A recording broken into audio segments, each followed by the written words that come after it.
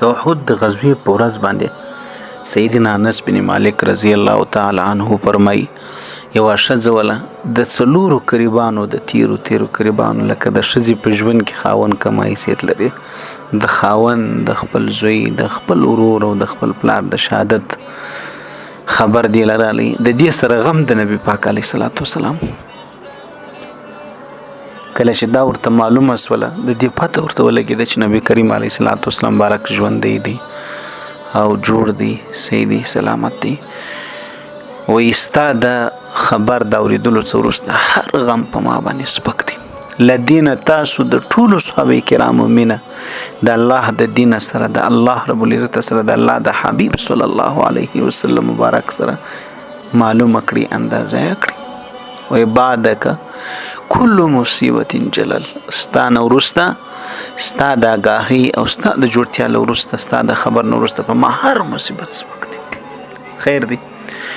هغو فقط تمدې ژوند ته ژوند نه ویلي، که شهید سوی و خو د نبی کریم علیه السلام په معیت کې د اسلام پر دین باندې سر قربان کړی، د اسلام د مبارک او سپېڅلي دین په دفاع کې شهید سوی ولو. نو دا یې ویل چې در دې به الله ښه ژوند ورکوي. زموږ چې فقط او فقط نظر هم دې ژوند ته دی او بس، فقط او فقط د خپل هر عمل بدله په دې ژوند کې د پاک رب صلاح غواړو، چونکې د لمانځه بدله به تا ته الله رب العزت د مرګ وروسته درکوي، صدقې بدله د غیر تلاوت د قرآن بدله. لیکن موږ هر څه پازر وو او نغد چغد غواړو، موږ په دې نغدو ډېر خوشحاله کېږو، ډېر مخته سوي. له دې وجې زموږ محبت د دین سره کم دی، له دې وجې زموږ تعلق له نیکۍ سره کم دی، له دې وجې موږ ته هغه روان ژوند چې په موږ باندې دی د مرګ څخه وروسته چې پیلېږي، پر هغه زموږ ایمان کمزوري دی، بدله یې زموږ زړه ته نه لوېږي. نو بیا لمونځ ښه لمونځ ته د چا نه غواړي، بیا ته نیکۍ د چا نه غواړي، بیا پرهیز د ګناهو نه د چا نه غواړي، چا نه ته سوچ فکر کوي.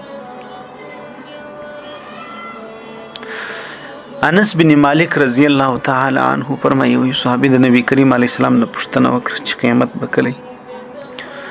رسول الله مبارک ورته فرمایل چې تا د قیامت دپاره څه تیار کړي دي؟ ولې یا رسول الله صلی الله علیه وسلم نور خو دې څه زه نه لرم، نه کوم خاص لمونځونه ما کړي دي، نه حجونه، نه ورې، فقط یو شی مې سته، د الله رب العزت او د الله د رسول صلی الله علیه وسلم سره زما مینه ده، زما محبت دی. رسول الله مبارک ورته فرمایل صلی الله علیه وسلم چې سړی سره د چا سره مینه محبت په ورځ د آخرت به د هغو سره. صحابه وایي موږ چې په دې خبره څومره خوشحاله سوي یو، څومره چې موږ ته په دې خبره اطمینان او سرور حاصل سوی دی، د یوې خبرې باندې زموږ زړه نه دی ښه سوی. ولې؟ دوی د خدای سره محبت درلودی، ولې؟ دوی د خدای د رسول سره محبت درلودی، د خدای د دین سره محبت درلودی، د خدای در دین یې د هر څه قربانو.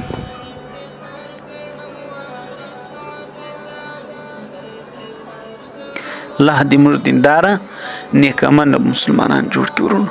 الله رب العزت یې موږ تاسو ته د نیک عمل توفیق را په نصیب کړي. الله دې مې د دنیا او د آخرت د رسوایي او د شرمندګۍ نه او د عذاب نه وساتي. الله دې مې آخر خاتمه په ایمان کې، په اقرار د خدای د بندګۍ کې چې لا اله الا الله محمد رسول الله.